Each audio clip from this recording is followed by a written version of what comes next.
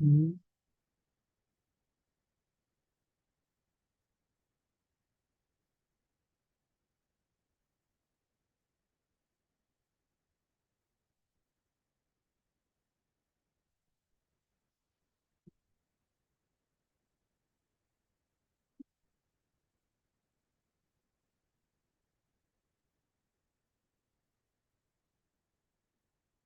Bueno, retomamos los temas que veníamos tratando, comenzamos la clase. Este, Tengo entendido que faltaba algún grupo exponer, ¿verdad? Sobre las alternativas, o ya habían expuesto. Sí, en realidad creo que es el tercer grupo. Bien, ahí está, la alternativa 19 y 20. Sí, la 19 y la 20. Bueno, bárbaro. ¿Está el grupo? Bueno, estoy yo, Sebastián, me parece que estaba. Olivera, y Durante nos avisó que tiene un examen y no se podía conectar. Bueno, ok. Bueno, entonces arrancamos con los que estén. Bien. Bueno, ¿Tienen para compartir o les pongo la diapo sobre las alternativas? sí, si querés las diapos, yo te cuento más o menos qué fue lo que buscamos. Ujú. Bien, aquí están. Querido, ¿no? Acá. ¿En cuál estaban ustedes? ¿En la La 19? 19 hicimos nosotros, que es cambio de las políticas de inversiones públicas, Ahí está. la primera. Bien. Y ya te digo. Y bueno, lo que nosotros estuvimos viendo ahí en cuanto al cambio de política de inversión pública, que acá lo que dice que los gobiernos pueden alentar o desalentar el comportamiento de las personas o de las cosas. Y por lo que estuvimos buscando, el gobierno puede actuar como inversor en varios aspectos, como financiar proyectos de infraestructura, como carreteras, puentes, hospitales o escuelas, y proporcionar subsidios y estímulos para fomentar el crecimiento económico. Ahí va. Eh, y también puede desalentar el uso de determinadas cosas a través de impuestos, por ejemplo, como vimos la otra vez el tema del cigarro. Nos pareció a nosotros que era medio similar. Exacto, son similares. En realidad hay muchas alternativas que tienen muchas similitudes. En este caso, para precisarla bien, ¿en qué consiste? Acá el Estado invierte. ¿Qué significa eso? Que, bueno, destina dinero y promociona y potencia determinadas actividades, ¿no? Es distinto un poco a el tema de la política fiscal en que o sea, persiguen el mismo objetivo, no prohibir determinadas actividades, pero regularlas, digamos, o promoverlas o desalentarlas a través de inversiones o a través de impuestos como era la política fiscal. Ese es el mismo objetivo, el mismo método, si se quiere, ¿no? No se prohíbe a la gente, pero es más caro determinadas actividades que no son deseables o invertir en tal lado. ¿No? Un claro ejemplo es el caso de cuando el gobierno comenzó a crear una infraestructura para los vehículos eléctricos. ¿Tá? Entonces ahí vemos cómo el gobierno direcciona capital, direcciona dinero, fondos para determinada infraestructura, porque comienza a invertir en una infraestructura que tiene futuro, digamos, y no invierte en la otra que se va a ir usando cada vez menos. ¿Tá? Entonces, cuando el Estado cambia la política de inversiones es que deja de invertir o de sostener determinada infraestructura en este caso y comienza a invertir en otra que es el futuro. Entonces, no es que prohíba que hayan vehículos que funcionen a combustión, ¿no? Los clásicos, vehículos a nafta. Pero sí va desalentando ciertas cosas de manera de generar un mensaje también a la población que el país va para el lado de la sostenibilidad, de las energías renovables, de la movilidad eléctrica, de la descarbonización, de la no contaminación. ¿Tá? Entonces, a través de dónde pone el dinero y qué cosas hace el Estado en su rol, va marcando la política. ¿tá? Y va alentando determinadas cosas y dejando de invertir en otras. Entonces son señales muy claras, como tú mencionabas. Invierte en determinadas cosas. ¿Por qué? Porque es importante para el gobierno, para la definición de las políticas públicas del momento, que se invierta, que este, se controle determinada actividad y que se promueva ciertas cosas. Muy bien.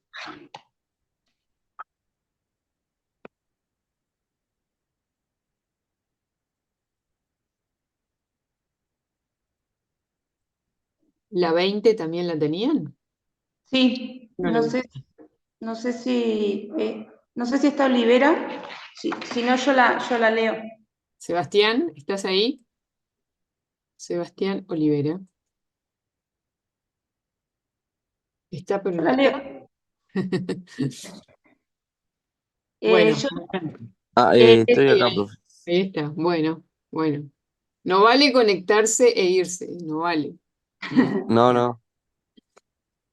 te Nosotros escuchamos. encontramos que la asistencia técnica proporcionada por los estados eh, puede ser la que le ofrecen a los individuos u organizaciones, o también puede ser una asistencia que se le brinda a otros países para abordar problemas específicos o desarrollar capacidades en áreas como la planificación urbana, la gestión de recursos naturales, la educación, la salud pública, entre otros.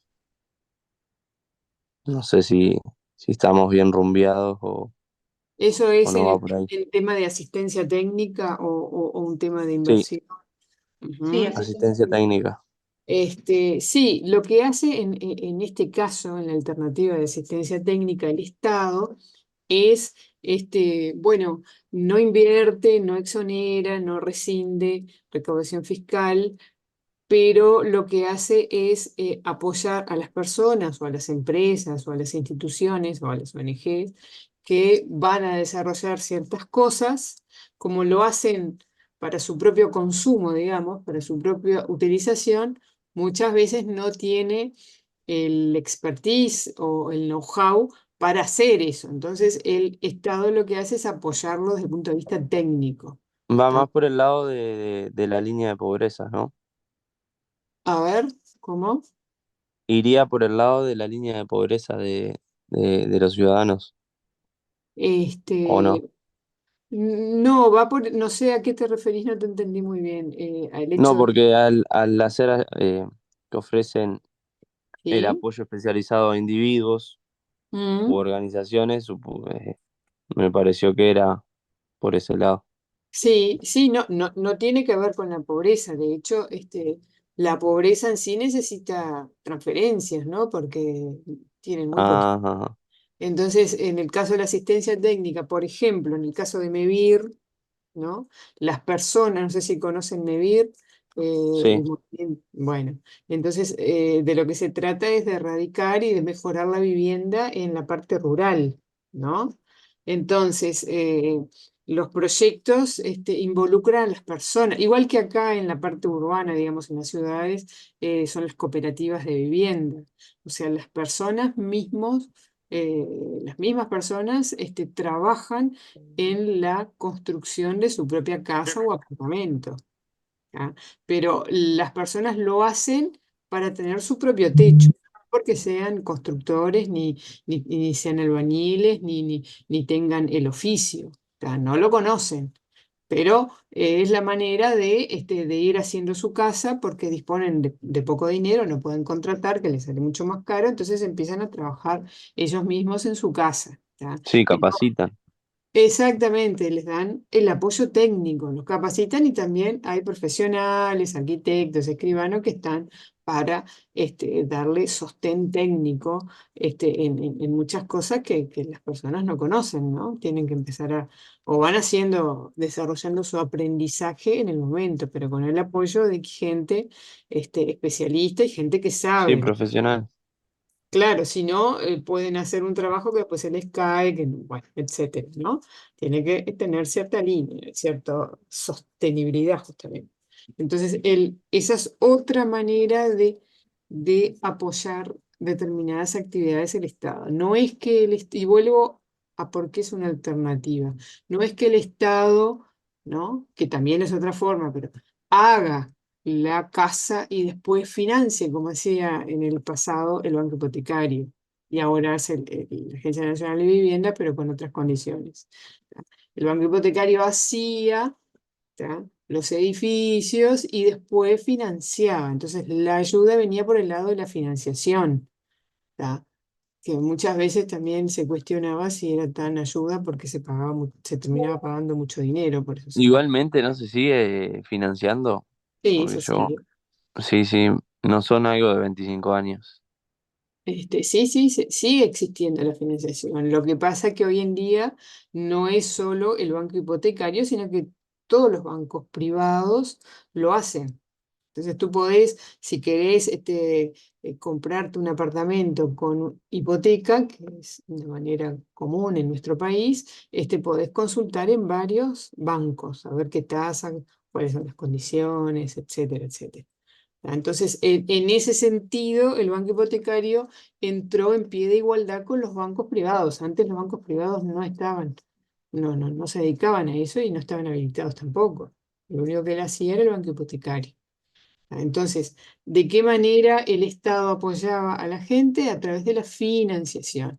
Pero cuando se trata de cooperativas o que la persona empieza a construir su propia casa, el Estado lo que aporta, además de otras cosas puede aportar, ¿no? Es la asistencia técnica, ¿no? Puede aportar, digamos, la asistencia técnica, depende cómo estén los proyectos planteados o las propuestas, bueno, las líneas de apoyo, ¿no? Pero pueden ser varias. Entonces puede ser a través de la financiación, puede ser el apoyo técnico para que la propia persona vaya construyendo su casa, como pasa con las cooperativas de vivienda. Las cooperativas de vivienda también tienen exoneraciones fiscales, ahí por eso vemos varias cosas. A veces el Estado nacional o el departamental, sobre todo, cede terrenos que son propiedad de la intendencia, por ejemplo, para que las personas construyan arriba. Otras veces les presta, no es que le transfiera la propiedad. Entonces hay una cantidad de maneras en realidad, pero no los voy a entrever mucho. Yendo a lo concreto, en la asistencia técnica lo que hace el Estado es brindarle apoyo en expertise, conocimiento, sin cobrarle naturalmente, ¿no? Para guiar y para apoyar a las personas que están haciendo ellos mismos su vivienda, por ejemplo, pueden ser otras cosas. Son maneras que tiene el Estado de, bueno, intervenir en las actividades brindándole apoyo o eventualmente desalentando, ¿no? Pero básicamente es apoyar necesidades que hay que cumplir o que las personas necesitan, entonces el Estado ayuda o aporta, no toma para sí, no se ocupa el Estado de hacer las cosas, sino que las personas que lo hagan, a su entender, también le da más libertad para elegir de qué manera, porque el banco hipotecario terminaba de forma, ¿no? Y ahí vemos la burocracia actuando, o sea, los técnicos del banco hipotecario dicen, bueno, este edificio va a ser en estas condiciones, con tantas comodidades, qué sé yo, y no otra. Cuando la persona lo hace por su... Bueno, habrá que ver si tiene libertad para elegir de qué manera lo hace. Este, pero cuando participa en la construcción, en la elaboración, tiene mucho más incidencia que de la otra manera, ¿no? Que el Estado le pauta todo. Son diferentes formas y muchas posibilidades. Pero la asistencia técnica es eso. Le brinda el apoyo técnico a las personas para que ellas mismas, o ellas mismas quieren hacerse, construirse sus bienes o solucionar sus necesidades, y el Estado lo que hace en este caso es apoyarlo bueno, que puedan lograr. Hay gente esperando, sí, es verdad. Vamos a Germán y a Belén darles el ingreso. Gracias por el aviso. Bueno, impecable. ¿Tenían alguna otra o eran esas dos? No, eran solo dos. Bien, ok. ¿Hay algún otro grupo que restó presentar o ya terminamos? ¿Ya terminamos? Parece que sí, ¿no? Bueno, entonces vamos a continuar. Vamos a continuar viendo las otras alternativas. Acá tenemos, ustedes por supuesto pueden seguir leyendo, ¿no? Seguir la clase leyendo el apéndice A, buscando en Google, pensando en cosas que conozcan, ¿no? Me fue. Ahí va. Entonces, como alternativa 21 tenemos la información, ¿va? En este caso, ¿cómo hace el Estado para, a través de la información, incidir en bueno, en fomentar las políticas públicas, en ayudar a las personas, en amparar a las personas? ¿Cómo hace a través de la información? Bueno, ¿cómo hace?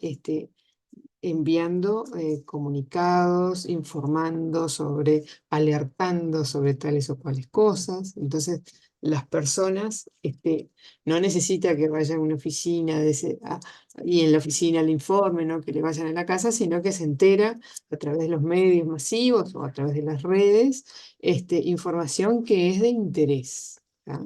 Y acá tenemos una cantidad de cosas. Salud Pública, por ejemplo, informa muchísimo, ¿tá? Sobre todo el tema de las vacunaciones, el tema de cuando viene el verano, que hay que utilizar pantalla solar y los horarios, que aunque que no es deseable que se tome sol. Cuando viene el otoño, llegaron las vacunas para la gripe, para esto, para lo otro, están disponibles de tal hora, tal hora. O sea, utiliza muchísimo el mecanismo de la información, porque las personas se enteran y ellas mismas hacen lo que tienen que hacer y lo que decidan hacer, ¿no? Entonces, el Estado a veces es obligatorio, pero la gran parte de las situaciones es que el Estado brinda la información para que la persona tome mejores decisiones, ¿no? Y acceda a ciertos servicios. Muchas veces hay servicios, yo lo he visto, hay beneficios, hay descuentos y las personas no están enteradas. Las personas no están enteradas que hay determinados beneficios que pueden acceder. ¿Tá?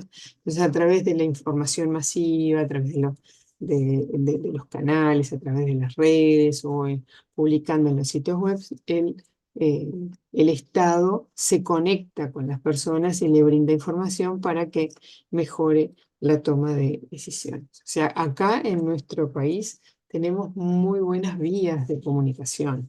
No sucede en todos lados, ¿no? Tenemos acceso, o sea, ha habido una política para fomentar el uso de celulares, de tablets, se creó infraestructura con la fibra óptica, con todo, bueno, y eso, y con Wi-Fi, eso ha permitido que nosotros los uruguayos podamos acceder a mucha información de todas partes del mundo y a un precio, digamos, razonable, ¿no? O sea, es viable acceder, no es una cosa alejada de las posibilidades, ¿no? Entonces, la información es una herramienta muy importante. En la pandemia lo vimos también, ¿no? Mucha información, sobre todo en los momentos críticos, es muy valioso tener vías de comunicación accesibles, y sobre todo confiables, ¿no? Este año eh, se está discutiendo, se está planteando el tema de la desinformación, ¿no? Que ya hace tiempo que existe, pero este, cuando hay fake news, cuando hay bots, cuando hay de todo tipo de cosas, y en la red se vuelca una cantidad de información que no es de valor, que es confusa y que lo que hace es desinformar más que informar. Ese es un problema de la red, de estar hiperconectados como estamos, ¿no? Porque cualquier cosa tiran por ahí y el instrumento que es de mucho valor, bueno, puede ser medio peligroso, ¿no? Pero bueno, la información entonces es una herramienta que tiene el Estado para conectarse, para comunicarse con la población y brindarle información que todos los habitantes puedan acceder a información de valor. Bueno, la salud es muy clara, ¿verdad? Pero en realidad es todo, ¿no? Toda la información, los plazos, los horarios, todo. Ahora estamos, por ejemplo, con el tema de la renovación de la credencial. Entonces, todo el tiempo están informando este, hasta cuándo hay tiempo, se debe de tramitar, porque después no pueden votar en octubre, no es solo en junio, sino en octubre, noviembre, y el año que viene las elecciones departamentales, bueno, entonces todo a través de medios de información y de comunicación. La alternativa 22, que se llama referencias o arbitrios, como dice la traducción. Bueno, esta alternativa tiene que ver con otra manera de trabajar que tiene el Estado y de apoyar a la población, y es cuando crea em, lugares o puntos dentro del Estado para brindar información, más que información, brindar una guía para cuando las personas necesitan, bueno, determinadas cosas y no lo conocen, ¿no? Porque en realidad el conocimiento es muy amplio y todo es además muy dinámico. Entonces, por ejemplo, vamos a ver un ejemplo. En el Instituto Uruguay 21, no sé si ustedes lo conocen, es un organismo paraestatal que está vinculado al comercio exterior. Entonces, Uruguay 21 creó una guía para el exportador, ¿tá? El exportador, pero no el gran exportador, ¿no? El exportador del agro, por ejemplo, que exporta hace mucho tiempo, es una gran, sino al pequeño exportador que nunca exportó, que no conoce todo eso, porque es un mecanismo bastante grande, ¿no? No es fácil, no hay una infraestructura para alguien que, por ejemplo, realiza algunas artesanías, ¿no? La vende acá a nivel local, pero también quiere exportar, ¿tá? O consiguió a un comprador por internet y le tiene que exportar lo que hace. Entonces, ¿cómo hace esa persona que no tiene y posiblemente trabaje él y otra persona más, o sea, un emprendimiento familiar o de un matrimonio, de una pareja? Bueno, entonces Uruguay 21 da una guía, por lo menos, para comenzar el proceso, ¿no? No son grandes exportaciones que involucren contenedores y ese tipo de cosas, pero el pequeño emprendedor quiere exportar y necesita, bueno, conocer todos los trámites necesarios para poder realizar la exportación. Entonces, Uruguay 21 tiene una guía para el exportador novato, digamos, o el que inicia sus primeros pasos en la exportación. Cuando viajamos al exterior o cuando vienen turistas al Uruguay, hay algunos centros que conocen con una I latina y un circulito, es un centro de información. Entonces el turista llega a una ciudad y dice, bueno, ¿qué puedo hacer en esta ciudad? ¿Dónde me puedo quedar? ¿Cuáles son los eventos? Igual puede entrar a la página web, ¿no? Pero si está caminando por algún centro, llega a un lugar que es una I y ahí le brindan mucha información, ¿tá? Entonces, es una referencia en cuanto a temas que son, en este caso, de atención al turista, ¿tá? En el otro era al exportador. A nivel de Estado existen los PAC, puntos de atención ciudadana. Entonces, cuando una persona llega, por ejemplo, en el Ministerio de Transporte, llegas a que son dos edificios grandes con 12 pisos uno y 9 otro, contando un entrepiso, entras a planta baja y ahí te referencian o ingresa el asunto y te envían el expediente al lugar donde corresponda o guían a la persona a donde tiene que ir. Entonces son también referencias, árbitros, lugares donde vas ahí y sabes todo lo que tenés que hacer o te pueden referenciar. No estás perdido como era antes, que ibas, el usuario que iba por primera vez a hacer un trámite, subía, bajaba, iba para un lado, para otro preguntando y no había una indicación clara de cómo era, de cuál era el procedimiento que tenía que hacer. ¿No? Entonces, crear ese tipo de oficinas para que irían enfocadas en la necesidad del usuario también es una manera de agilitar los trámites y bueno, y enfocar en lo que realmente tiene que hacer el usuario y no dispersarse con otras cosas, ¿no? O mezclarse con otros asuntos. Entonces, esa es otra manera de gestión, ¿no? Es un mecanismo de gestión de mejorar la calidad de la gestión.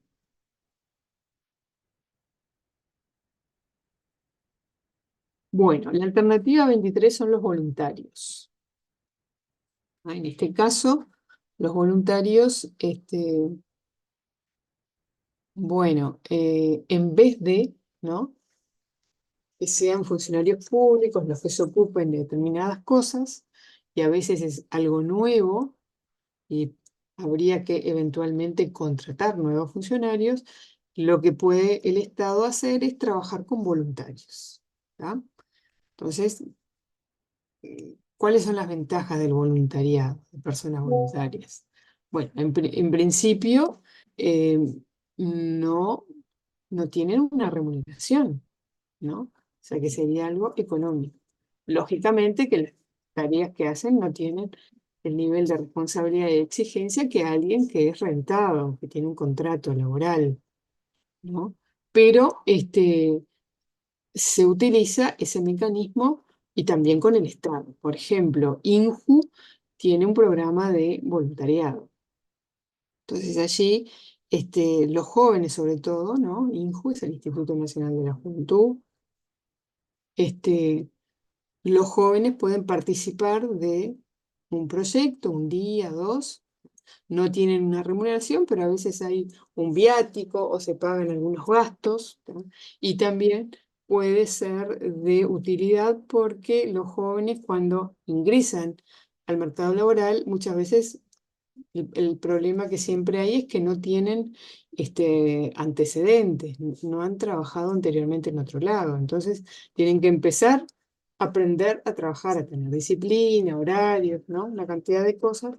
Entonces, las empresas muchas veces prefieren, porque ¿qué pasa? Eso es como un tiempo que hay que dedicarle y bueno, es un costo adicional. ¿Tá?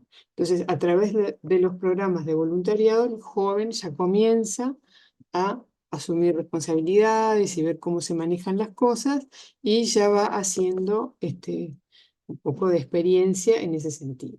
¿Tá? Entonces, tiene su utilidad tanto para el Estado como para las personas. O sea, el Estado interviene para ir preparando a los jóvenes para el mercado laboral y bueno, también hacen algunos proyectos orientados a la juventud, que es lo que les interesa al joven. Los voluntarios también pueden ser, en realidad pueden ser de cualquier edad, ¿no? Depende el programa que convoque a los voluntarios y la organización que se trate.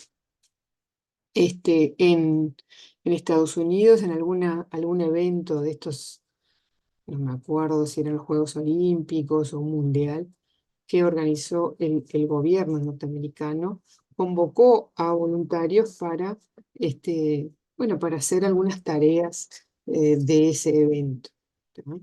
Y bueno, eran personas que les encantaba el deporte y que lo hacían con mucho gusto y también, bueno, estaban viendo todo el evento por dentro y conociendo a los deportistas, tenían un trato directo con los deportistas, cosa que alguien que va a ver los juegos no lo tiene, ¿no? Entonces tiene eso, ese plus y esos aspectos positivos que pueden atraer a la persona.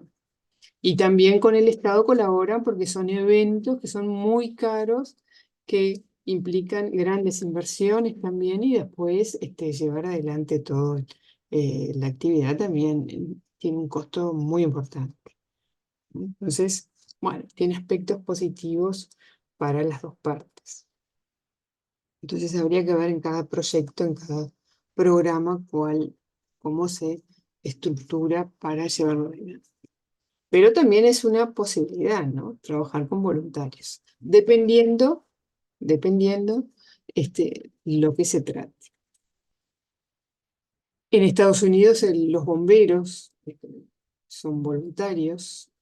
Muchas veces hay algún vecino que se prepara en caso de que suceda algún incendio y pueda guiar a todos los demás a cómo hacer el trabajo de apagado de incendios, ¿no? Porque puede ser, digamos, hacer cualquier cosa no se puede, porque se pueden avivar las llamas, o sea, tiene toda una manera de trabajar que, bueno, que para eso hay que preparar a algunas personas antes. En general, en Estados Unidos en particular, hay personas que son voluntarias como bomberos. Después está el cuerpo de bomberos, que ya es profesional, son de otras características, pero también hay voluntarios que trabajan en conjunto. Bien, ¿cómo van? ¿Empezaron con el tema del primer parcial? Todavía no, nos falta mucho.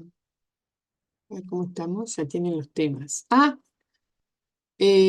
ver, Badiola.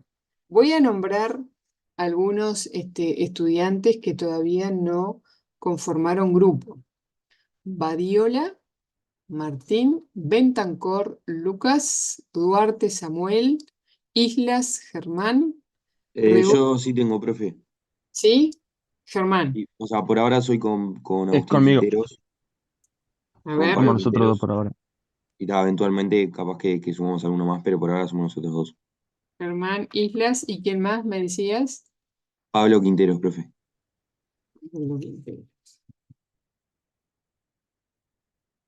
Bueno, Pablo Quinteros. Ok. El primer parcial es el 6 de mayo. Falta 3 semanas. ¿Eligieron un tema? No sé si lo habían escuchado. No, todavía no, profe. No, aún no. Yo no se los colgué a ustedes, pero les voy a colgar. Tengo un punteo, les voy a colgar en plataforma. Está en el grupo de Colonia, pero se los voy a colgar a ustedes también para que elijan. ¿Ah? Hay varias propuestas. Ustedes también pueden proponer la suya, porque a veces hay algún tema que interesa y bueno, o que acceden a información o que están lo viven, entonces, bueno, el estudiante o los estudiantes pueden elegir otro tema, ¿tá? No hay inconveniente por eso. Bueno, eh, así que Germán Islas y Pablo Quintero serían el grupo 4. Germán Islas.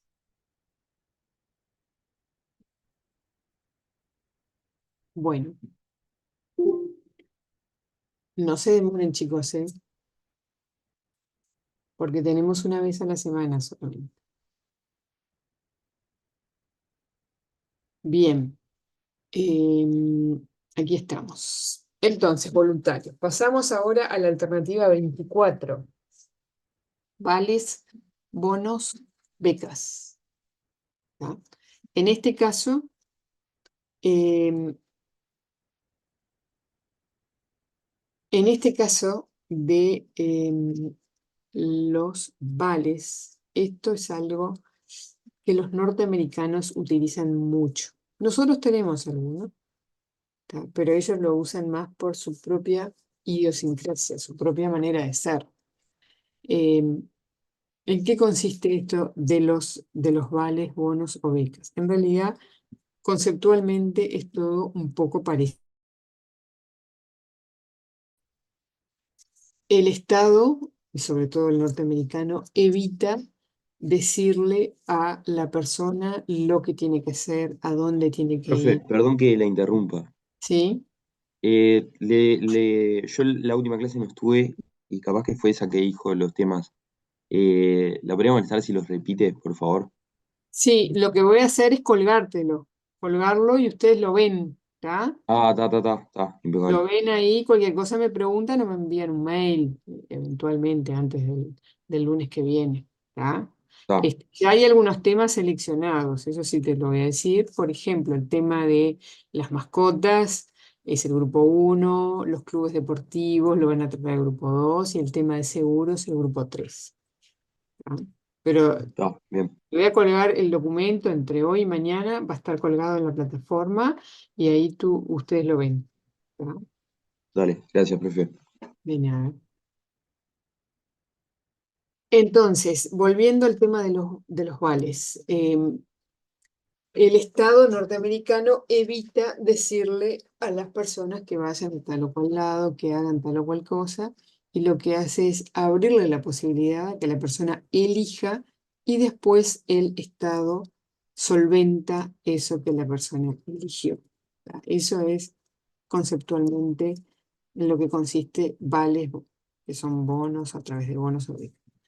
Por ejemplo, algo que nosotros acá tenemos mucho, y es el tema de los refugios. Las personas están en situación de calle, el MIDES, el Ministerio de Desarrollo Social, dispone y ha abierto una cantidad de lugares donde las personas, en vez de pernoctar a la intemperie, sobre todo en invierno, y a veces se mueren de frío, por hipotermia, o pasar frío, pasar mal o estar expuesto, tienen refugios donde las personas pueden ir y dormir, digamos, más protegidos. Ahora, acá en Uruguay lo hemos visto también, que las personas no les gusta mucho, a veces, ¿no? No todos tampoco, ir a los refugios porque son personas que tienen, el relacionamiento entre ellos no es muy bueno, se pelean, no tienen mucha tolerancia, por eso justamente se van y duermen en la calle, o sea, más aislados, algunos de ellos están mal con la familia, o sea, no tienen eso de tener tolerancia. Bueno, esa es mi opinión, ¿no? Pero en realidad hay muchas personas que están en situación de calle que no quieren los refugios. Bueno, en nuestro país funciona con refugios. En Estados Unidos lo que han hecho es que han hecho acuerdos con pensiones, ¿no? Pensiones, entonces las personas que están en situación de calle pueden elegir dentro de esas pensiones dónde pernoctar y tienen un vale. Entonces llevan el vale y la pensión les da la habitación, el lugar donde van a pernoctar y después le cobra el Estado le paga esas pensiones, ¿no? Entonces, en esas pensiones también van otras personas, no solo las personas en situación de calle, ¿tá? Entonces, tienen un mecanismo diferente. Esto lo utilizan mucho los norteamericanos. Las becas, por ejemplo, nosotros también acá en Uruguay tenemos becas, el sistema de becas. Los estudiantes del interior, por ejemplo, el Fondo de Solidaridad, lo que hace fondo de becas para estudiantes del interior que vengan a Montevideo, cuya familia tienen pocos ingresos, entonces se le da una asistencia financiera a las personas. ¿Para qué? Para el alquiler, para que puedan, porque lo que hacen es desarraigarse, digamos, de su casa y tienen que venir a Montevideo y pagarse otra casa, ¿tá? O otro lugar donde vivir. Entonces, la beca lo que hace es solventar, darles dinero para que paguen, para contribuir a pagar esos gastos extras que tiene el estudiante que es del interior. Porque el de Montevideo, que es de Montevideo, va a la facultad, pero no tiene que incurrir en esos gastos. ¿Tá?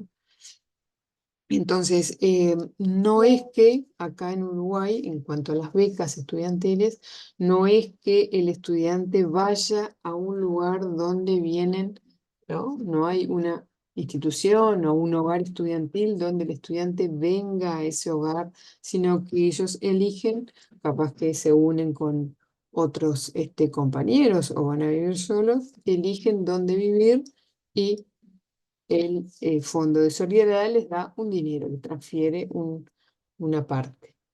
¿Tá? Entonces, esa es la diferencia conceptual, ¿no? Por eso siempre es una alternativa, es decir, la persona va a hacer sus cosas, va a elegir, y el Estado la apoya. ¿Tá? No es que el Estado resuelva, como el caso de los refugios o de los hogares estudiantiles, que vayan para acá y estén ahí, y las personas que atienden, esos son funcionarios públicos y el edificio es del Estado, etcétera, etcétera, sino que la persona elige en el ámbito privado, en el mercado, digamos, en plaza, y el Estado le transfiere un dinero. ¿Tá? Es muy parecido a un subsidio, ¿no? Es muy parecido. Todo tiene similitud. Después tenemos las cuotas de choque, bueno, o de impacto. Yo acá, que yo sepa, bueno, hay algo vinculado a la descarbonización, pero ¿en qué consiste? Son mecanismos en donde el Estado lo que hace es asignar costos en función de la utilización que se haga del servicio, ¿no? Porque, por ejemplo, a veces los impuestos, ¿no? Ustedes han visto, todavía no, recién empezaron, ¿no? Este año con tributos. Los tributos hay distintos tipos de tributos acá en nuestro país. El impuesto grava, como el IRPF, la capacidad contributiva. Es decir, cuanto más renta tengas, más vas a pagar de impuestos. Es un porcentaje progresivo que va aumentando la tasa en función del monto de la renta. Pero cuando, por ejemplo, nos conectamos a la luz, vamos a pagar lo que gastemos, no en función del dinero que tengamos o de la riqueza que tengamos, sino en función de lo que gastemos. Y eso lo pagan de igual manera los que tienen más riqueza que los que tienen menos riqueza, aunque hay algunos programas que nivelan eso, ¿no? ¿Tá? Pero el costo es en función de la utilización que se haga del servicio. ¿Tá? Entonces, las cuotas de choque de impacto van a ir no a todos por igual, sino en función de lo que se use o no se use.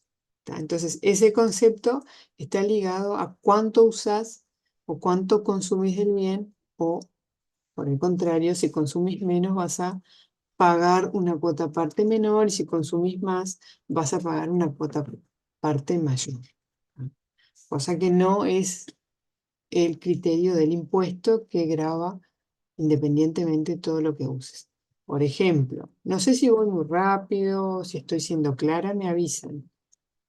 Por ejemplo, una persona que tiene mucha renta, mucha riqueza, puede pagar mucho impuesto a la renta o mucho impuesto al patrimonio, pero seguramente no utilice y no envíe a sus hijos a la escuela pública.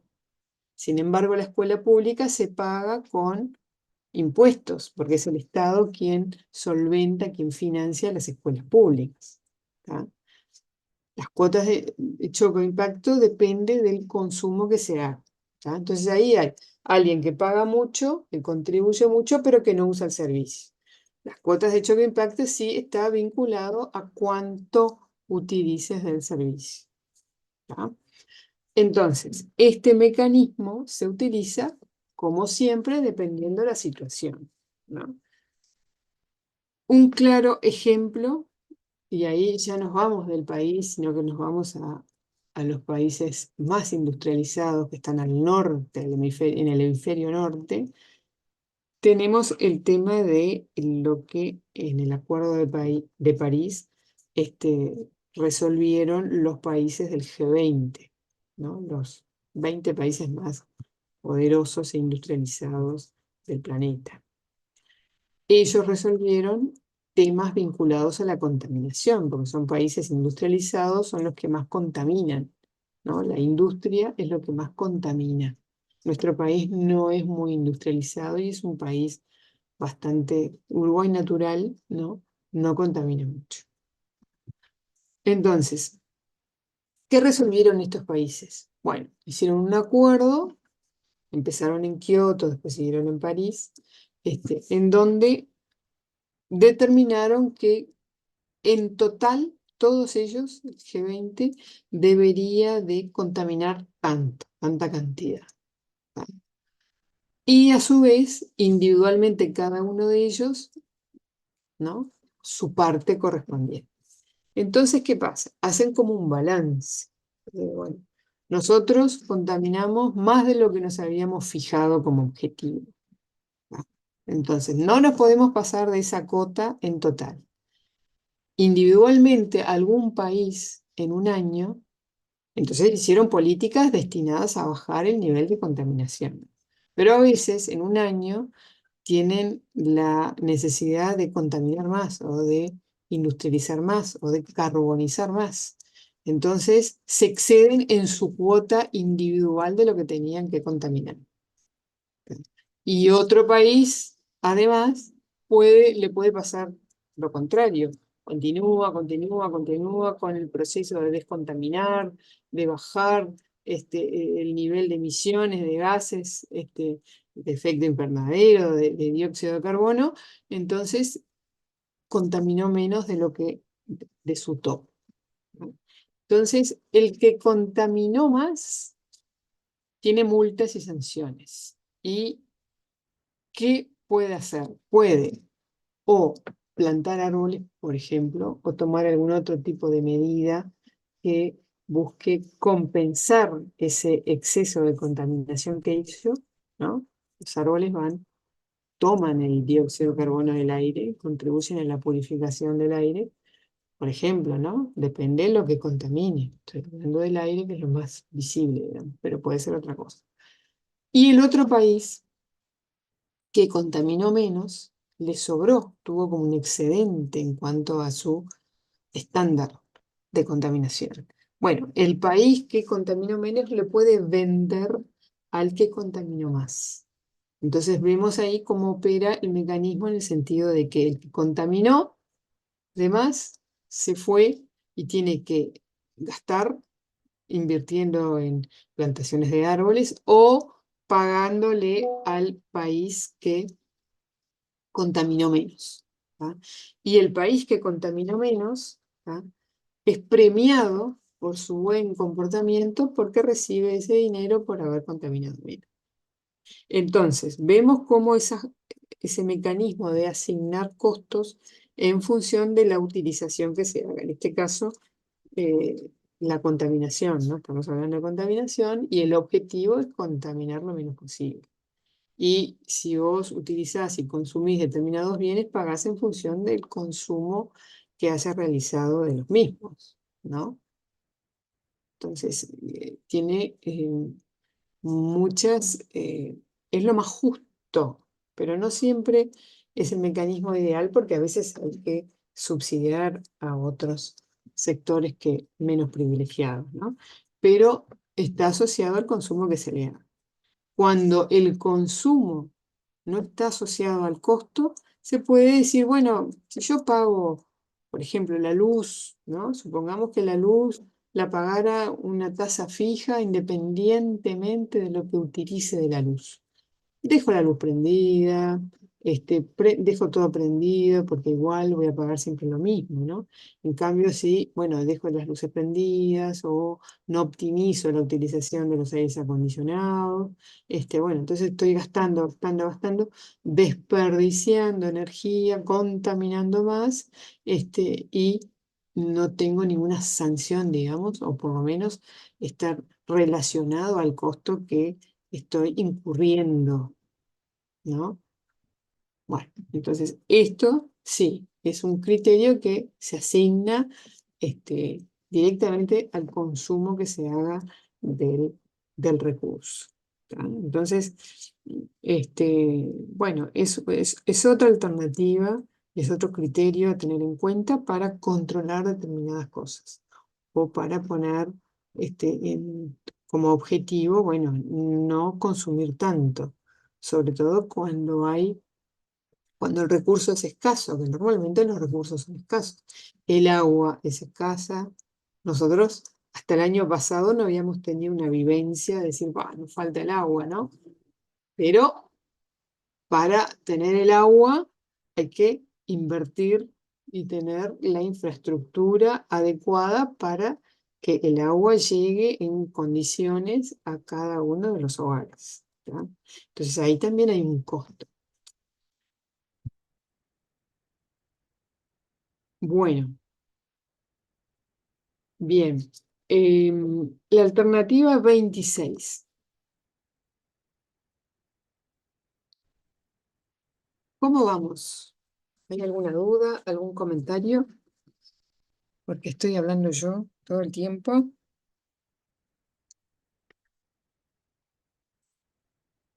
¿Vamos bien? Sí, profe. Bueno, ok, Sí, sí. bien. La alternativa 26, catalización de esfuerzos no gubernamentales. ¿Ah? ¿Qué hace el Estado en este caso? Lo que hace es asociarse con organismos que no pertenezcan al Estado y en este caso no son empresas, sino que son instituciones del tercer sector, ¿tá? Es decir, son organizaciones que se nuclean para lograr ciertos objetivos, para atender cierta problemática o ciertas necesidades y no buscan una finalidad de lucro como son las empresas, ¿tá? Entonces, tienen objetivos similares al Estado, ¿tá? Y por lo tanto, en determinadas circunstancias son las más adecuadas para este, llevar adelante y atender ciertas realidades. Entonces tenemos, por ejemplo, el Estado a veces se acuerda, conviene con iglesias para determinadas cosas. Durante la pandemia, el Estado acordó con iglesias, ¿para qué? Para distribuir alimentos. Para distribuir alimentos, necesita varios lugares al mismo tiempo y todos los días, más, más de una vez al día. Entonces, las iglesias colaboraron en ese sentido. Tienen merenderos también ellas que atienden ellas directamente. Y bueno, a- con la pandemia, eh, acordaron con el MIDES y bueno, habían eh, alimentos o artículos sanitarios, tapabocas, alcohol, que iban a través de las iglesias, ¿tá? En Estados Unidos lo mismo. En Estados Unidos lo mismo. También pasa. Y en otras partes, en Europa también, cuando hay temas en el pasado, en Europa, bueno, hambrunas y problemas, bueno, a través de las iglesias, el Estado, los gobiernos iban llevando alimentos para que son puntos, lugares donde van las personas, y además tiene cierta logística, ¿no? Cierto lugar para distribuir. Bueno, el Estado lo que hace es unirse con esas organizaciones, ¿tá? Entonces, por eso cataliza esfuerzos no gubernamentales. El Estado identifica, ubica y dialoga con las instituciones, le pide colaboración y a su vez el Estado colabora con ellas también, ¿no? Y acuerdan cosas para llevar adelante la actividad. También el Estado puede convenir con instituciones no gubernamentales o con líderes no gubernamentales, ¿tá? Em, es decir, ¿quiénes son líderes no gubernamentales? Un religioso, un, un PAE, una MAE, un obispo, bueno, otros líderes barriales podrían ser también, ¿no? Líderes, íconos musicales también podrían ser, o culturales. Entonces, para resolver determinadas cosas, el Estado dialoga, hablan y esos líderes pueden adherir a tales o cuales cosas que está haciendo el Estado para atender la situación del momento. Normalmente son situaciones puntuales, críticas, ¿no? Recuerdan el GACH, ¿no? El Grupo Asesor Voluntario, honorario, ¿tá? De científicos. Bueno, ahí tenemos, no era uno, pero eran referentes no gubernamentales, no pertenecían al Estado, sino a la comunidad científica, y bueno, estuvieron al lado del presidente y para llevar adelante atacar o atender los problemas de, de la pandemia, ¿no? Y todo lo que había que hacer para resolver y atender la situación. ¿No? Entonces ahí vemos cómo se unen los no gubernamentales con gubernamentales, ¿tá? El Estado con el tercer sector, o los líderes del Estado con el líder o los líderes de las asociaciones no gubernamentales.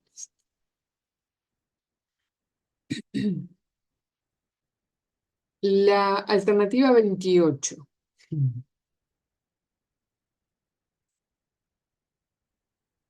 Amonestación.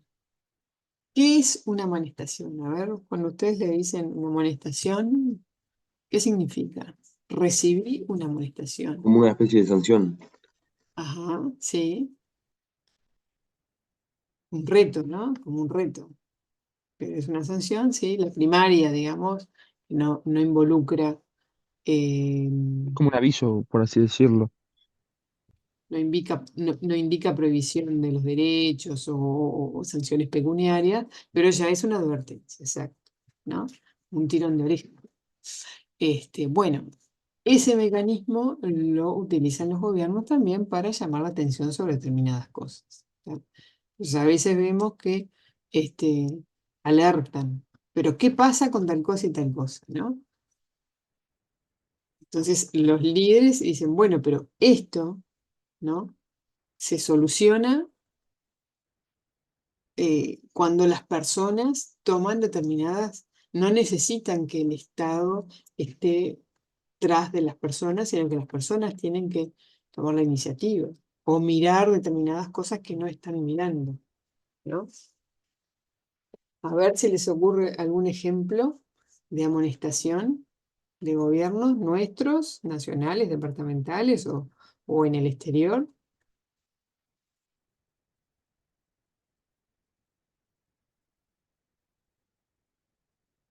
¿Cómo, Muchas. profe, puede repetir lo que dijo recién?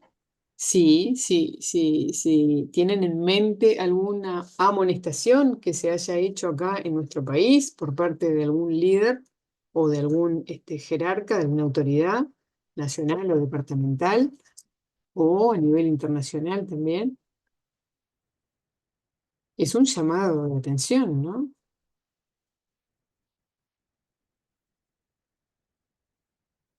Me voy a dejar pensar un poquito. Tiene que ver con que cuando los sacan de los puestos que tienen, por ejemplo, no sé, se me ocurren algunos casos, pero en realidad ya ahí ya son, no es tan sanción, sino es más, no sé, cuando escuchamos en la tele que, bueno, sacaron del cargo a fulano de tal por tal motivo, porque se descubrió que hizo tal y tal cosa, no sé, se me ocurre algo de eso. Sí, no es por ahí, Verónica. Acá lo que hace, recuerda que siempre estamos en el Estado buscando realizar actividades para resolver temas de la sociedad y que utiliza la amonestación para eso. Ok. ¿Tá? Que permita, o sea, que amoneste a aquellas empresas, por ejemplo, que contaminan cuando se les indicó que no. Sí, eso podría ser, porque supongamos que hay una ley y hay sanciones, pero las empresas contaminan igual. Por ejemplo, ahora, ¿sacaron la credencial? ¿no? Cuando la Corte Electoral dice, ¿no?, que hay que sacar la credencial, que hay una cantidad, identificados una cantidad de chicos que ya tienen 18 años y que todavía no han sacado la credencial, que se van a quedar sin votar, ¿no? Entonces es un llamado, amonestando de alguna manera para que se pongan las pilas y saquen la credencial. El tema de la basura, ¿no? Claro, hay camiones, hay horarios, pero las personas tiran la basura afuera de los contenedores. Entonces, cuando desde la intendencia dice, bueno, pues tiran las cosas, ¿no? Todo el tiempo, no contribuyen, no arreglan, ensucian, en vez de colaborar con mantener limpia la ciudad, lo que hacen es ensuciar la ciudad, ¿no? A veces se ensucia porque es lo que hay que, es la necesidad, pero otras veces es tirar un papel en la calle, desbordar, sacar cosas de adentro del contenedor, ¿no? Bueno, eso es una amonestación también. Pero Entonces, disculpe, profe, ¿mm? ahí no entiendo, porque ahí es a una persona, ¿no? Yo Sí, entiendo, varios. pero digo, hay una amonestación en sí a la persona, porque, por ejemplo, en las empresas sí hay amonestaciones porque descubren que tiraron, no sé, cajas, tiraron, no sé, boletas y todo ese tipo, y tienen manera de descubrir y ahí hay una amonestación. Claro, En el por caso, eso, sí. sí, ¿quién No, habla? pero no me quedaba claro en el caso de las personas físicas qué amonestación tienen. Claro, no, justamente, mira, tú diste en la tecla. No se trata de una sanción jurídica, ¿está? Decir, bueno, tiraste afuera y tenés una multa. Tiraste, hiciste tal cosa y por un tiempo no vas a poder hacer tal otra, ¿está? Porque eso es una sanción clásica, tradicional. Claro. La amonestación es como una sensibilización y un llamado, ¿no? No tiene ningún, no te voy a castigar o algo, sino que te estoy hablando, mirá, pasa tal cosa. Nos quejamos que, ¿no? Que no podemos votar, no sé qué, pero tendrías que haber sacado la credencial antes. Nos quejamos de que está sucio, pero tiro afuera del contenedor o no embolso adecuadamente, ¿no? El Papa Francisco también, alerta sobre determinadas cosas, el tema de la pobreza infantil, el tema de la discriminación, la desigualdad de género. Entonces está todo el tiempo alertando y hablando de las actitudes que tienen las personas, ¿tá? Es un tema de sensibilización y apela más bueno, a tu comportamiento como ciudadano o como empresa o como, ¿no? No estás colaborando, estás actuando como nene caprichoso y haciendo todo lo contrario de lo que tenés que hacer, por ejemplo. ¿Ah? O sí, nos quejamos de esto, pero de que están sucios los océanos, pero tiramos bolsas, ¿no? Entonces, ese tipo de cosas. Es decir, a través de la sensibilización, de la reflexión, un jerarca hace pensar que, bueno, pero esto está grabado por las actitudes de las personas, ¿no? O de un grupo de personas. ¿No? Cuando, por ejemplo, el presidente decía que el Mercosur era un lastre para el Uruguay. Era una manera de llamar la atención también a los miembros del Mercosur. Dice, bueno, el Mercosur al Uruguay lo tranca, no le sirve, ¿no? Entonces es una manera también de decir, bueno, vamos a un Mercosur, ¿a qué tipo de Mercosur? ¿Que le sirva a todos o que le sirva solo a dos países? ¿No? Entonces un diálogo fuerte, digamos, con una posición de decir, bueno, bárbaro, pero esto notoriamente va en contra de lo que se necesita para, vamos todos juntos, pero resulta que unos van más juntos que otros. Entonces, ¿no? Son maneras de alguna manera, hacer un llamado de atención sobre que hay determinadas cosas que no, son como disfuncionales, por decirlo así. Queremos que esté limpio, pero tiramos todo, ensuciamos, ¿no? ¿No? Queremos Mercosur, pero ¿en qué condiciones? De someter a uno de los países o a dos de los países a condiciones favorables para los otros dos. O sea, es eso, el reflexionar, sensibilizar con el tema y llamar la atención sobre las actitudes, ¿no?, que tienen miembros, personas o grupos de personas que no contribuyen. Bueno, hasta luego, Germán.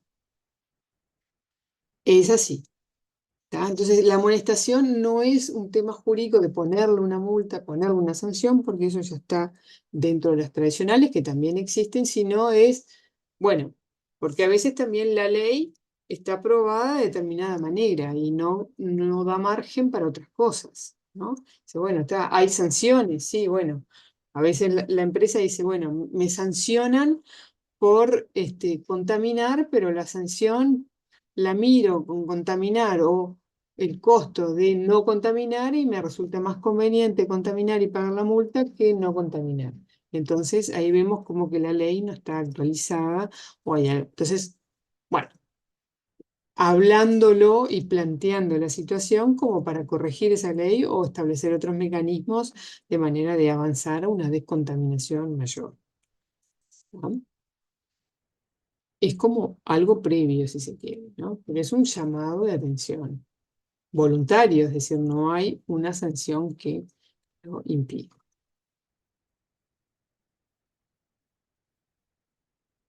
Bueno, pasamos ahora a al último grupo más moderno, si se quiere, más nuevo, más innovador, ¿no? Las alternativas de vanguardia.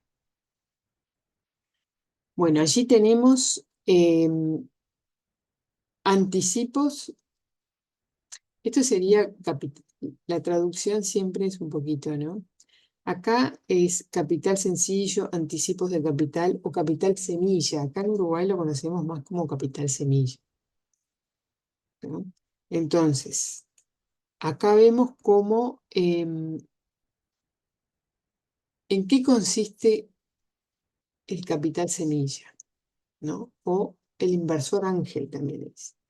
En que hay alguien que es un inversionista que apuesta por proyectos innovadores, ¿no? Nuevos, que lógicamente cuando se trata de algo nuevo, tiene un riesgo de que no funcione adecuadamente, porque tiene mucho de innovar y de investigar, a ver cómo nos va, a ver qué tal si funciona al poner, pero todo es así, todo lo nuevo es así, ¿no? Si no se prueba hasta que al final se descarta porque no funcionó, o si no, o se corrige, o se modifica, se ajusta, o funciona bien, ¿no? Entonces, el inversor ángel lo que va a hacer es mm, apostar, poner el dinero necesario para que una idea florezca, ¿ya? Por ejemplo, un emprendedor, que no tiene capital, se une a un inversionista, le explica, le expone, lo convence y el inversionista está convencido, bueno, le parece bien intentar ver qué resultados da y acuerdan cosas en función del resultado que tenga la investigación. Entonces, el dinero semilla es como que el dinero incipiente, el capital incipiente para que florezca esa, ese emprendimiento, ¿no? Entonces, puede ser el Estado, por ejemplo, ANI, ANDE, les asignan cierto dinero a algunos emprendimientos, los estudian y apoyan iniciativas con la idea de, bueno, de generar innovación, de solucionar algunas cosas o de apoyar al microemprendedor. Entonces, el dinero semillas es un capital inicial que no se financia, sino que no es una financiación clásica. Te presto la plata y después me la devuelves. No. Acá el inversionista corre con los riesgos. El emprendedor no, porque el emprendedor no tiene capital. Tiene nada que ver con el capital. Él va a desarrollar la idea y si funciona bien o funciona mal, los riesgos son del inversor, ¿ya? También puede funcionar muy bien y el inversor se puede llenar de dinero, ¿no? No es que pueden pasar las dos cosas, ¿ya? Pero en eso es el dinero semilla. Alguien que tiene dinero para invertir y apuesta por algunos emprendimientos y después se queda, o bueno, depende cómo negocien, con el resultado lo comparten, en realidad lo comparten con el emprendedor y bueno, valoran en función de los riesgos. ¿Ah? El emprendedor no tiene riesgos, el que tiene riesgos es el inversionista. Bueno, entonces esto es algo más moderno, que apunta a eso, a darle dinero, al emprendedor, al innovador. Después tenemos las inversiones igualitarias o equitativas.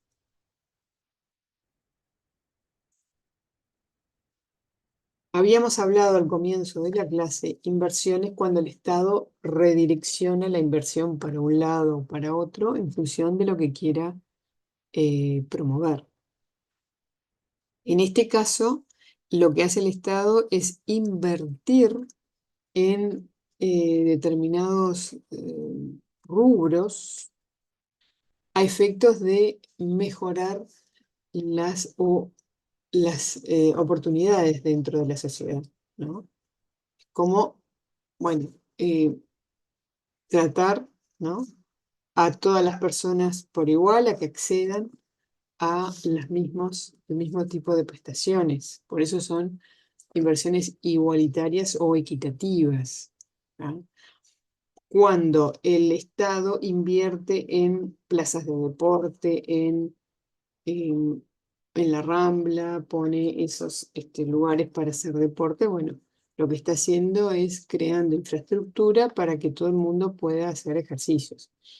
Todos, ¿no? No solo los que vayan a un club, sino que cualquier persona pueda acceder. Cuando el Estado uruguayo invierte en la escuela pública, en la universidad, en los liceos públicos, también es una inversión equitativa porque establece por política que las personas tienen que tener cierto nivel educativo. Todas las personas pueden poder acceder a cierto nivel educativo. Lo mismo pasa con algunas actividades culturales que son gratuitas en nuestro país, el ingreso a museos o actividades que se hacen, que se realizan en las plazas públicas, ¿no? Es una iniciativa desde el Estado para que haya, es una inversión que se hace para que todo el mundo acceda a ese tipo de bienes o servicios. El tema de la salud, lo mismo. Cuando las vacunas son gratuitas, acá en nuestro país, ¿no? Bueno, de lo que se trata es que hayan determinados nivel de prevención en la salud para todo el mundo, para todas las personas. ¿Ya? Por eso son inversiones igualitarias o equitativas. Las hace el Estado para todos. ¿Ya? Invierte en las personas.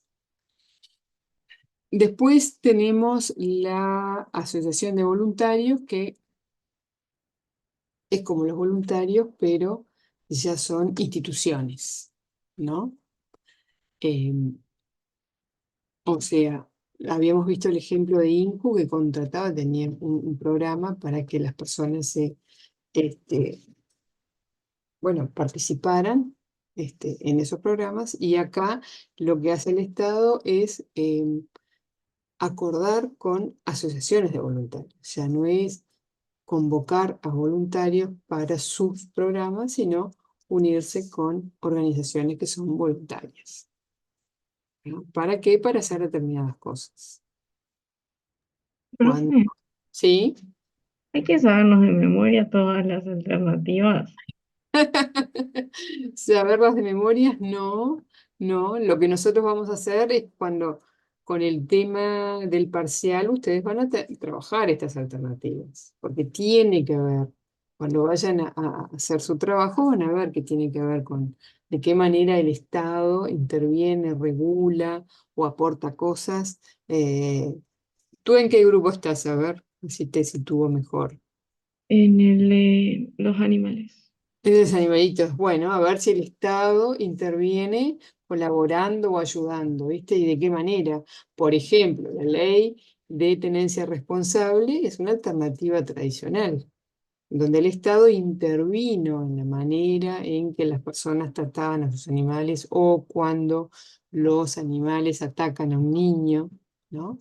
Entonces, tiene que ver con una de las alternativas. Después, si hay algún tipo de subsidio o hay una oficina que, ahora no me acuerdo cómo se llama porque se cambió, pero que tiene que ver con la vigilancia de todo el tema de las mascotas. Bueno, ahí es donde el Estado también interviene de alguna manera y crea desde el Estado algún tipo de control, ¿no? Eso es tradicional. Si hay algún subsidio, que puede haber algún subsidio a organizaciones que estén vinculadas a las mascotas o a los animales, también pueden ser SOS, yo qué sé, que sacan a los animales que los abandonan o que están lastimados. ¿Ya? El Estado puede subsidiar también, habría que buscar en la ley de presupuesto, bueno, ahí también es otra alternativa. ¿Ya? No la tienen que saber de memoria. No la tienen que saber de memoria, porque tienen cada una sus detalles, ¿no? Pero cuando vayan a hacer el trabajo van a ver que van a surgir alternativas. ¿No? Estas últimas son las más raras, por decirlo así, o no son las tradicionales, ni las innovadoras, pero surgen. Ahora vamos a ver la alternativa 32 de coproducción autoayuda, que son las cooperativas. ¿Ya? Entonces también pueden haber cooperativas vinculadas a las mascotas. ¿Ya? Pero no, es como alternativa aplicada, digamos, en el primer parcial, pero no saberlas todas de memoria no es necesario. ¿Ya?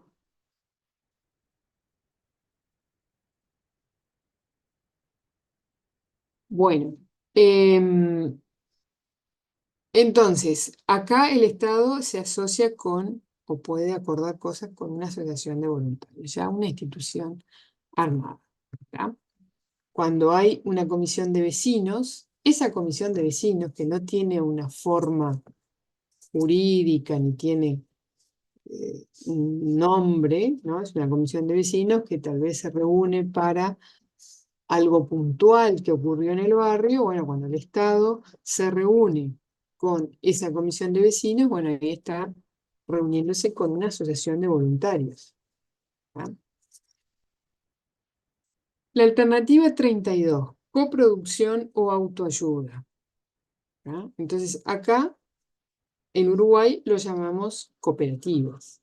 ¿Ah? Las personas se nuclean para hacer algo en conjunto, todos juntos, que por sí mismos o individualmente no lo podrían hacer, ¿no? Hay muchos casos de cooperativas y es muy antiguo, viene de Italia, si no me acuerdo, de Europa. Entonces, ¿qué pasa ahí? Las personas se nuclean, van a ser ellos, van a definir ellos, pero el Estado los ayuda. Los ayuda, colabora con ellos porque ven que tienen un fin positivo, ¿no? Porque, por ejemplo, es una otra solución para el tema habitacional y al Estado le interesa que las personas tengan sus casas y puedan acceder a viviendas, ¿no? Entonces colabora con las cooperativas. En nuestro país hace mucho tiempo que existe una ley de cooperativas en donde están exoneradas de impuestos. ¿Tá? ¿Por qué? Porque no se reúnen para vender los apartamentos, que sería un negocio, una actividad empresarial, una actividad con fines de lucro, sino que es una actividad de autoconsumo, ¿tá? Para solucionar sus propios temas. Por eso no se puede vender después, no hay otro tipo de requisitos, ¿tá? Entonces, este es otro mecanismo en donde el Estado puede ayudar, pero no hace directamente la actividad, sino que colabora con las personas que ya se han nucleado, ya se han juntado, han decidido, han definido algunas cosas. La alternativa 33, quid pro quo. Esa alternativa, bueno, si Angelina ya estaba un poquito saturada, Con esto se va a saturar más. La alternativa quid pro quo es un latinazgo que significa compensar una cosa por otra. Es quid pro quo algo por otro algo, ¿no? Este, ¿Qué sucede? A veces el Estado, ¿no? Dice, bueno, mis problemas siempre son, eh, o lo que yo tengo que atender son temas deficitarios, ¿no? Siempre tengo que estar enviando dinero, apoyo técnico, buscando este, recursos para atender tal solución, porque lo que no es deficitario se soluciona solo. Las propias personas, ¿no? Van y lo compran, lo resuelven, ¿no? Pero cuando hay problemas y no se puede, no hay acceso, ahí es donde actúa siempre el Estado. Entonces, puede llegar a acuerdos con organizaciones que tengan privadas, que tengan más espalda, digamos, ¿no? Acá les voy a citar un ejemplo en Estados Unidos con las empresas constructoras, ¿no? Entonces, en Maryland, por ejemplo, ¿no? Los constructores necesitan un permiso del Estado para construir en lugares que son de mucho nivel, de alto poder adquisitivo, ¿ya? Entonces, el Estado lo que ha hecho en Estados Unidos es decir, bueno, yo te doy la autorización, te permito, tú vas a ganar mucho dinero con este emprendimiento, pero te voy a pedir que me soluciones temas habitacionales en barrios que son más carenciados, ¿ya? Porque a veces los constructores dicen, no voy, eligen lo que les da más dinero, ¿no? Donde hay poder adquisitivo que les puedan comprar. Entonces no construyen y es donde justamente el Estado quiere buscar la manera de atender esas demandas en esos barrios. Entonces, hace esa compensación. Dice, bueno, por eso el quid pro quo. Te doy la habilitación, pero tú me tenés que construir, o dentro de todo el paquete, digamos, de negociación, va incluido que me tenés que construir viviendas que sean más económicas, más accesibles, y yo me financiaré, veré, pero los constructores que me construyan lo que yo necesito, ¿tá? Entonces, de alguna manera, hace eso, ¿no? Te dejo ganar a un lado, pero acá donde no vas a ganar mucho y vas a tener más trabajo capaz, bueno, me lo tenés que hacer porque es necesario para el interés general, para otras personas, para la comunidad, ¿no? A veces también con los bancos sucede eso, ¿no? Donde los bancos, luego de la ley de inclusión financiera, donde muchas cosas, ahora la LUC atenuó eso, pero hizo que se necesitaran tener bancos en todos lados porque las personas tenían que hacer muchas cosas a través de las instituciones de intermediación financiera. Entonces, habían en algunos pueblitos donde hay poca gente, alejados, ¿no? Algunas sucursales necesarias para atender las necesidades de ese lugar. Entonces, esa sucursal, digamos como que posiblemente le diera déficit al banco, es decir, de una sucursal que recauda poco y gasta mucho por el tipo de actividad que realiza, porque atiende, es más, es más social el enfoque, no es empresarial para obtener una ganancia, sino es más social para atender las necesidades de la población. Entonces no le genera muchos ingresos y posiblemente muchos costos porque mantener a los funcionarios, mantener eh, el establecimiento fijo, etcétera, etcétera. Bueno, entonces lo que puede hacer el Estado para que el banco no cierre esa sucursal, que se ve tentado porque no le da mucho dinero, o capaz que le da pérdidas, lo que hace el Estado, o lo que puede hacer el Estado, es decir, bueno, eh, me mantenés esas sucursales y yo hay determinadas cosas que en vez de hacerlas a través del Banco de República, las hago a través de del banco de ustedes, entonces negocio esas líneas de trabajo en donde el banco puede obtener ganancias y compensar la pérdida que le da esa sucursal que está perdida allá en el interior con muy poca actividad. ¿Quedó claro lo que es el quid pro quo?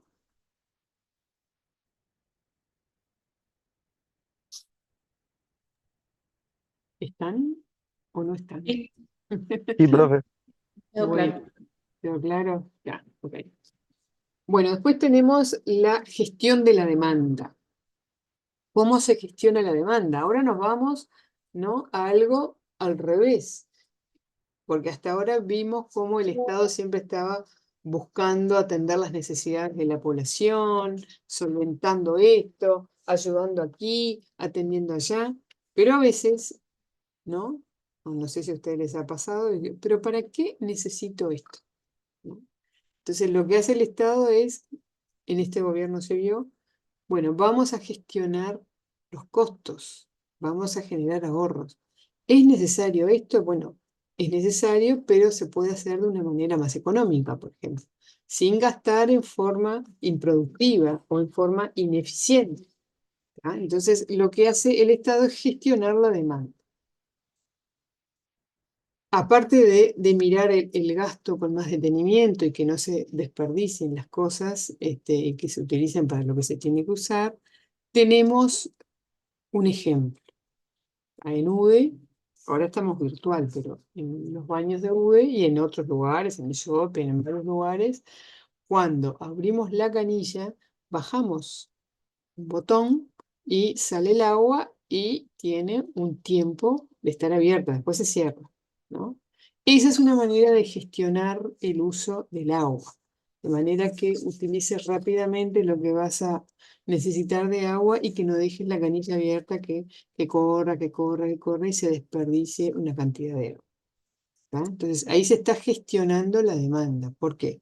Me voy a lavar las manos, pero necesito tanta cantidad de agua. Pero al abrir la canilla y dejarla correr, desperdicio una cantidad de agua, por ejemplo.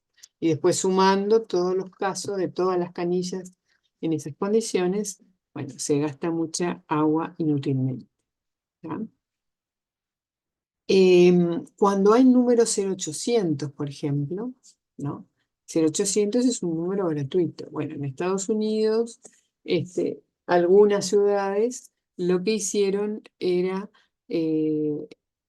examinar, analizar esa llamada 0800.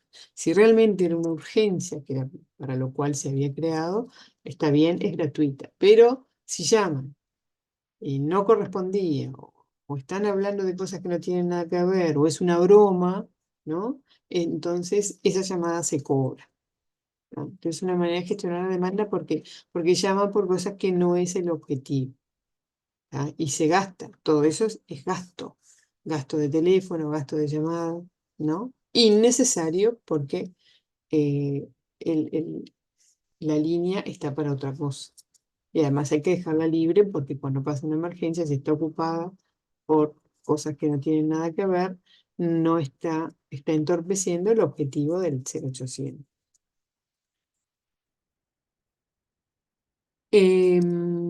Otra cosa que hacen en Estados Unidos, que esto es algo pensado en profundidad, ¿no? También para descarbonizar y que no hayan muchos autos en la ruta. Bueno, fomentar el hecho de que las personas no anden, cosa que pasa con Montevideo, cada una en un auto, en un auto una persona, sino que la familia o los amigos o los vecinos o los compañeros de trabajo utilicen, si van para el mismo lugar, todos el mismo auto. Un auto para todos o que van dejándolo por el camino. ¿Para qué? Para descomprimir el tránsito, por ejemplo, y para evitar la contaminación. Si cada uno de nosotros anda en un auto, es distinto a que si cuatro personas se juntan en un auto, bueno, ese auto, ¿no? Gasta o emite dióxido de carbono una vez en vez de cuatro. Entonces, ¿qué han hecho? Han variado el valor de los peajes por las autopistas. Entonces, Si pasa un auto con 4 personas adentro, paga 100. Ahora pasa un auto con una sola persona, con el conductor, paga 150, ¿no? Puede ser paradójico, porque choca contra los criterios de costos, digamos, porque son más personas, más. Bueno, pero ¿Pero eso apunta está pasando ahora? a eso. Bueno, no sabría decirte si en estos momentos, pero sí se utiliza, es un mecanismo que se utiliza. Sí, sí, sí. No acá, en Estados Unidos. Sí. ¿Para qué? Para que alentar a las personas a que, en autopistas, ¿no? Son muchos kilómetros aparte. No es la vuelta de estar acá en la ciudad o hay una vuelta corta, es un Sí, kilómetro. lo que vi que usan mucho, pero no tiene nada que ver, era eh, rutas privadas, por así decirle, que tienen que pagar o pública que está lleno de gente. Bueno, ese es el origen del peaje, ¿no? El peaje, los primeros peajes se crearon así. Ahora estamos acostumbrados a los peajes, pero habían rutas saturadas, entonces digo, bueno, vamos a invertir en otra ruta alternativa, pero hay que pagarla, esa ruta alternativa. ¿Cómo la pagamos? Con el peaje. Entonces, quien quiera ir rápido y en mejores condiciones, una ruta mejor, pasa por ahí, pero la paga. La pública, ¿no? Ese fue el primeros pasos del peaje. Mm. Pero no, esto es, y en Europa también se ha aplicado a efectos de que no utilicen cada uno un vehículo, ¿no? Es una gestión de la demanda, es decir, bueno, utiliza menos, utiliza el transporte público. Acá se planteó, acá en Montevideo, utilizar el transporte público, mejorar el transporte público. Ahora con el proyecto del tranvía, vamos a ver, va a llevar un tiempo, si eso puede llegar a mejorar. Los metros en las ciudades grandes. Los metros descongestionan todo para abajo y hay una cantidad de gente que utiliza los metros en vez de hacer todo el recorrido en su vehículo particular. Esa es una manera de gestionar la demanda también. ¿Por qué? Descongestiona el tránsito y además mucha gente utiliza el metro. Ejecutivos, no es y están en buenas condiciones. Pero es eso, ¿no? Gestionar la demanda, que se utilice de otra manera, tendiendo, ¿no?, a alinear a las personas a los objetivos de la política pública que se diseña. Entonces, acá tenemos que descongestionar el tránsito, ¿no?, y bajar el nivel de contaminación, y no prohibimos a las personas que anden en autos, pero hay mecanismos de, digamos, de fomento a que utilices determinadas cosas, desalentar otras. Es gestionar la demanda, que las personas no consuman, ¿no? Cuando se recicla, ¿no? El reciclaje de todo, de envases, de ropa, de muebles, de lo que sea, este, apunta a eso. No comprar una cosa y tirar, comprar otra cosa y tirar, comprar otra cosa y tirar, sino reutilizar, entonces, el medio ambiente agradecido porque no se extrae tantos recursos y no se genera tanta basura. Es una manera de gestionar la necesidad de las personas o el consumo que hacen las personas.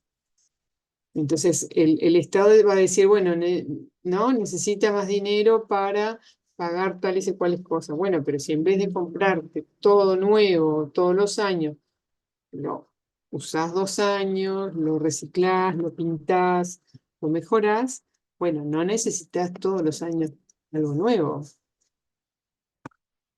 Entonces, se gestiona la demanda por parte de la gente.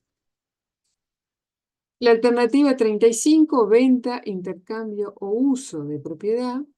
Bueno, ahí el Estado puede vender, eh, el Estado siempre tiene inmuebles o terrenos de su propiedad, puede vender uno y comprar otro, ¿no? También puede alquilar, el Estado puede alquilar, tiene un inmueble, le alquila y genera un ingreso por eso, o vende o hace un cambio, una permuta con otro inmueble que puede ser con otro organismo del Estado, sino con un privado. ¿no? Y por último, la reestructuración del mercado. A veces también el Estado se une a un privado para construir un edificio. La torre ejecutiva, donde trabaja presidencia, donde están las oficinas ejecutivas, donde se realiza el trabajo de presidencia y todas los órganos que dependen de presidencia, también allí hay dos pisos donde tiene su sede organismos internacionales. Entonces, esos organismos integraron dinero también para terminar de construir la torre ejecutiva. Entonces ahí hay como una sociedad entre el Estado, o sea, no es un, em, un edificio 100% del Estado uruguayo, ¿no? Sino que también hay un organismo internacional que puso dinero y tiene dos pisos por arriba. Hoy en día se utiliza mucho, más con el teletrabajo y la utilización de tecnología, el tema ese convencional de tener un edificio que es para tal cosa, ya está un poco cambiado, ¿no? Ese concepto. Bueno, y finalmente tenemos la reestructuración del mercado. Y acá vemos al Estado regulando, poniendo condiciones, por ejemplo, cuando hace planes, las intendencias, planes de ordenamiento territorial y dicen que, bueno, que acá tiene que haber un retiro y tal altura y tales condiciones en determinados barrios, bueno, el Estado está interviniendo en el mercado inmobiliario, porque no es 100% libre, puede hacer lo que quiera en cualquier lado, no, hay determinadas condiciones de reglamentaciones que se debe seguir en la construcción, ¿no? El tema de los alquileres es lo mismo, nosotros tenemos ley de alquileres y distintos procesos en función de la antigüedad, ahora la LUC. Por ejemplo, la ley de urgente consideración que se aprobó en esta legislatura, creó una nueva figura de alquiler, en donde se puede alquilar sin garantías, ¿no? Porque si no, cuando se va a alquilar, te piden garantías. Pero se puede alquilar sin garantías. Bueno, yo conozco al dueño, le alquilo sin cero garantías, pero él eh, también cambian las condiciones para entregar el inmueble, ¿no? Es otra figura en cuanto a eh, la ley de alquileres. Pero el Estado interviene en ese mercado, ¿tá? Entonces le da tal o cual forma, incide para solucionar determinadas cosas. Voy a pasar la lista, si no, no nos da el tiempo. Bueno, Álvarez de Ron, Luz, no vino. Arias, Ignacio, Presente, profe. bien, fue Arias, Ignacio, Badiola, Martín, Acá presente. bien. No te olvides de integrarte a un grupo, Martín. No sé si ya has conversado. Sí, sí. Ya, ok. Bentancor, Lucas,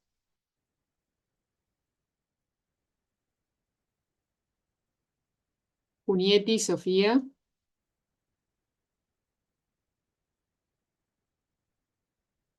Duarte, Samuel,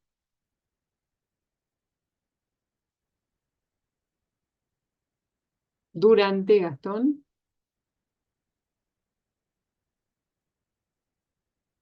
Ferrando, Belén. ¿No está? ¿Belén? Me parecía que... Con auricular. Ah, bien. Gutiérrez, Cecilia, Presente. bien. Olivera, Sebastián. Está por ahí, ¿no? Sebastián Olivera no estaba hoy. Presente, profe. Ah, bien. No se me Oye, habilitaba el micrófono. ok. Ollero, María Ángeles. No está. Quintero, sí. Pablo, Rebollo, Edgardo,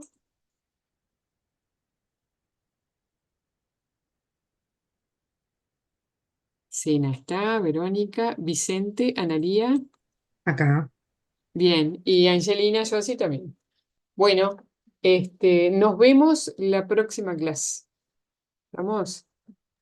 Que anden Profe, bien. el lunes que viene es feriado en otra Ah, empresa. es verdad, tenés razón, dentro de 15 días. Cualquier cosa me escriben por el tema del parcial, porque los tiempos se están yendo. Sí, sí, sí, el lunes no tenemos clases. Ah, perfecto. Bárbaro. Gracias, Gracias. profe. Gracias, Bueno, chau, chau. que anden Nos bien. vemos.